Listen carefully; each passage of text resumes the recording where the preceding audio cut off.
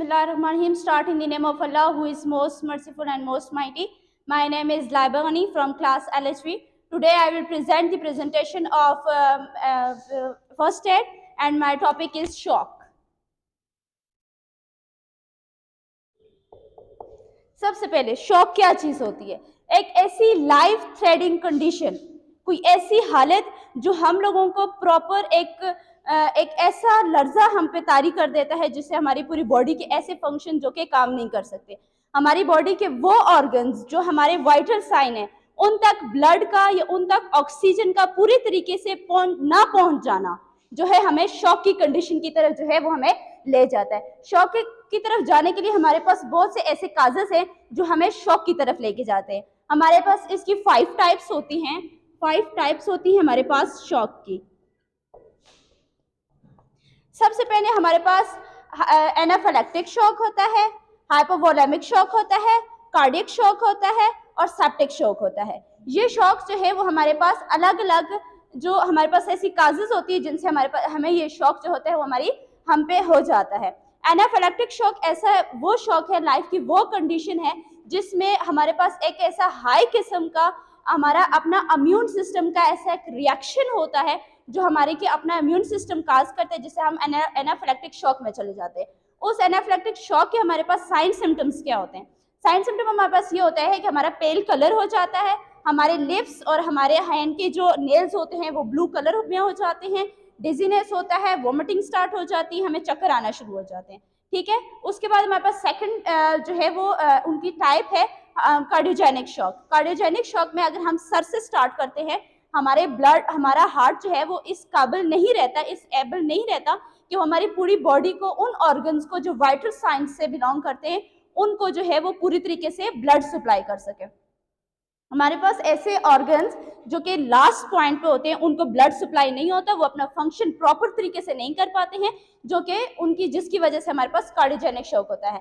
जैसे cardiogenic shock हमारे पास होता है, हमारे साइन सिम्टम्स क्या होते हैं? सबसे पहले हम सर से स्टार्ट लेते हैं, हेड से स्टार्ट करते हैं, तो हमारे पास हेड से स्टार्टिंग में आ जाता है कि हमें चक्कर आना महसूस हो जाते हैं, हमें सब कुछ धुंधला महसूस हो जाता है। उससे अगर नीचे आते हैं तो हमारा पेल कलर स्टार्ट हो जाता है, हमें सांस लेने में दुश्वारी होना शुरू हो जाती है, हमारा दिल घबराना शुरू हो जाता है, हम अनकॉन्शियस हो जाते हैं, हमें कुछ समझ नहीं आ रहा, हमसे कोई बात कर रहा है हम उसका जवाब नहीं दे सकते हैं, उसकी बात को सुन नहीं पा रहे होते हैं, अनकॉन्शियस हो जाते हैं, हमारी बॉडी के जो पार्ट्स हैं वो सही तरीके से प्रॉपर जो है वो परफॉर्म नहीं कर सकते, हमारा blood pressure up and down होना स्टार्ट हो जाता है। ठीक है, उसके बाद हमारे पास नेक्स्ट जो है वो सेप्टिक शॉक है। ठीक है, सेप्टिक शॉक है। सेप्टिक शॉक हमारे पास किसी भी एलर्जी से हो सकता है, माइन्यूट एलर्जी से जो हो सकता है, हमारे पास किसी भी तरह की जो रिएक्शन होता है, हमारे किसी भी तरीके का हम कोई चीज़ देते हैं तो उसका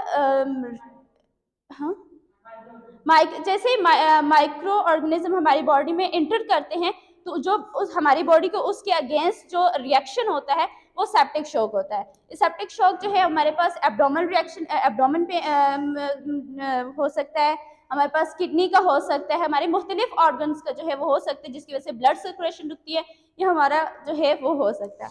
ठीक है, उसके बाद है हाइपोवोलेमिक शॉक। हाइपोवोलेमिक शॉक ये है कि ब्लड में खून की या पानी की कमी हो जाना, ब्लड की कमी हो जाना या पानी की कमी जो है वो हमारे हार्ट को इस काबिल नहीं करती कि वो हमारी बॉडी में ब्लड को सर्कुलेट करे, तो हमारी बॉडी के उन ऑर्गन्स तक जो है वो पूरी तरीके से हमारी बॉडी के ब्लड जो है वो लेके जा सके। इसके साइन सिम्टम भी सेम वही होते हैं, डिजीनेस होती है, वोमिटिंग होती है, पेल कलर हो जाता है, अनकॉन्शियस हो जाते हैं हम लोग और हम किसी भी बात का रिस्पॉन्स नहीं दे सकते। अच्छा, शॉक जो है वो कैसे हो सकता है? हमारे पास कोई इंजरी हमें हो जाती है जिससे हमारा ब्लड लॉस हो जाता है, उसकी वजह से हमें शॉक हो सकता है। हमें कोई ऐसी चीज़ हमारे से हो जाती है कि हमारा फ्लूइड मतलब जैसे डिहाइड्रेशन हो जाती है, डिहाइड्रेशन से भी हमारे पास हमें शॉक हो सकता है। हमारी स्पाइनल कॉर्ड इंजरी हो जाती है, उससे भी हमारा जो है वो हम शॉक में जा सकते हैं। हाई किस्म का एलर्जी, कोई ऐसी पॉइजन हम ले सकते हैं या कोई ऐसी फूड से हमें कोई हाई रिएक्शन हो जाता है जिसकी वजह से ब्लड वेसल्स में चेंजिंग आने की वजह से भी हम शॉक में जा सकते हैं। कोई ऐसी इंजरी हो जिसमें हमारा ब्लड जो है वो बहुत ज़्यादा लॉस हो गया है, इतना कि हमारा हार्ट जो है वो इस काबिल नहीं है कि वो हमारे पूरी बॉडी में जो है वो सर्कुलेशन कंप्लीटली कर सके, हमें उसकी वजह से भी शॉक हो जाता है। तो ये काजेज जो है वो ये इन सारी काजेज से मिलके जो है हम शॉक की तरफ जा सकते हैं। Assalamu alaikum. I am Sania Anwar from LHV. Today the topic of my presentation is first aid.